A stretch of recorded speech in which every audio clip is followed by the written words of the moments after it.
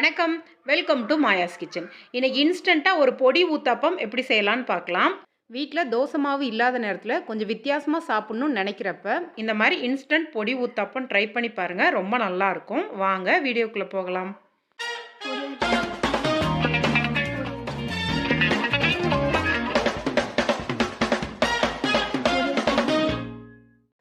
First நம்ம பொடி ready பண்ணிடலாம். 3 டேபிள் ஸ்பூன் உளுந்தம்பருப்பு, 3 டேபிள் ஸ்பூன் கடலைப்பருப்பு, 1 டீஸ்பூன் மிளகு சேர்த்து நல்லா சூடு வர அளவுக்கு வறுத்து எடுத்துக்கோங்க.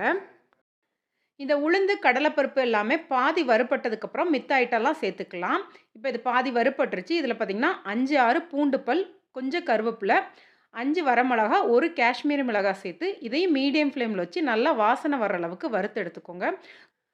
கொஞ்சம் கலர் மாதிரி வாசனை வரும்போது இதில் கேஸ் ஆஃப் பண்ணுறதுக்கு முன்னாடி இதில் 1 டீஸ்பூன் எள்ளு சேர்த்துக்கோங்க. இன்றைக்கி நான் கருப்பு எள் சேர்க்குறேன். உங்களுக்கு வெள்ளை எள் விருப்பனாலும் நீங்கள் சேர்த்துக்கலாம். இப்போ இது எல்லாத்தையுமே ஒரு வாட்டி நல்லா பெரட்டி விட்டுட்டு கேஸ் ஆஃப் பண்ணிவிட்டு ஒரு மிக்சர் ஜாரில் மாற்றிக்கோங்க. இது நல்லா ஆறுனதுக்கப்புறமா நம்ம அரைச்சி எடுத்துடலாம். இதுக்கு தேவையான அளவு உப்பு நான் சேர்த்துடுறேன். இப்போ இது ஆறுனதுக்கப்புறம் பொடி பண்ணி எடுத்துக்கலாம். மாவு பண்ணுறதுக்கு பார்த்திங்கன்னா 3/4 கப் அவல் எடுத்துருக்கிறேன். அவலை நல்லா 2 வாட்டி கழுவி எடுத்துக்கோங்க. இதை நல்லா 2 வாட்டி கழுவி எடுத்ததுக்கப்புறமா இதில் 1 கப் ரவை சேர்க்குறேன். கூடவே 1/2 கப் தயிர் சேர்க்குறேன். தயிர் நல்லா புளிச்ச தயிராக சேர்த்துக்கோங்க. கூடவே இதில் 1/2 கப் தண்ணி சேர்க்குறேன். இது எல்லாமே சேர்த்து நல்லா கலந்து விட்டுட்டு ஒரு 15 நிமிஷத்துக்கு இதை ஊற விட்டுருங்க. தயிரில் இந்த அவலும் ரவையும் நல்லா ஊறி வரட்டும். 15 நிமிஷம் கழித்து இதை நம்ம மிக்சர் ஜாரில் போட்டு அரைச்சி எடுத்துக்கலாம். இப்போ இதை மூடி வச்சிடுறேன். 15 நிமிஷம் கழித்து பார்த்தீங்கன்னா இது கொஞ்சம் கெட்டியாக இருக்கும். இதில் தண்ணி எதுவுமே சேர்க்க தேவையில்லை. நம்ம அப்படியே இதை மிக்சர் ஜாரில் சேர்த்துட்டு அரைச்சி எடுத்துடலாம். ஒருவேளை உங்கள் தயிர் கெட்டியாக இருந்துச்சுன்னா ஒரு 1/2 கப் தண்ணி எக்ஸ்ட்ரா சேர்த்துக்கோங்க. இதுக்கு தேவையான அளவு உப்பு சேர்த்து நல்லா நைஸாக அரைச்சி எடுத்துக்கோங்க. இதோடவே 1/4 டீஸ்பூன் ஆப்ப சோடா சேர்க்குறேன். இது எல்லாமே நல்லா கலந்து எடுத்துக்கோங்க. உங்களுக்கு ஆப்ப சோடா சேர்க்க விருப்பம் இல்லைன்னா ஒரு 3 மணி நேரம் புளிக்க வச்சுட்டு நீங்கள் தோசை ஊற்றுனீங்கன்னா சரியாக இருக்கும். நான் உடனே சுடுறனால ஆப்ப சோடா சேர்த்துருக்குறேன்.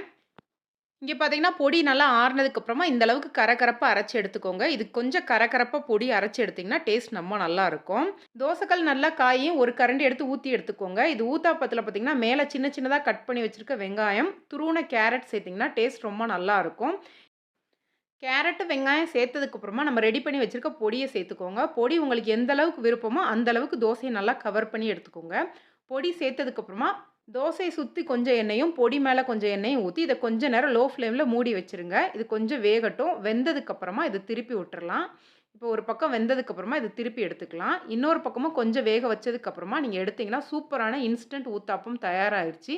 இந்த தோசையோடு சேர்த்து சாப்பிட்றதுக்கு பார்த்திங்கன்னா தேங்காய் சட்னி ரொம்ப நல்ல காம்பினேஷனாக இருக்கும்.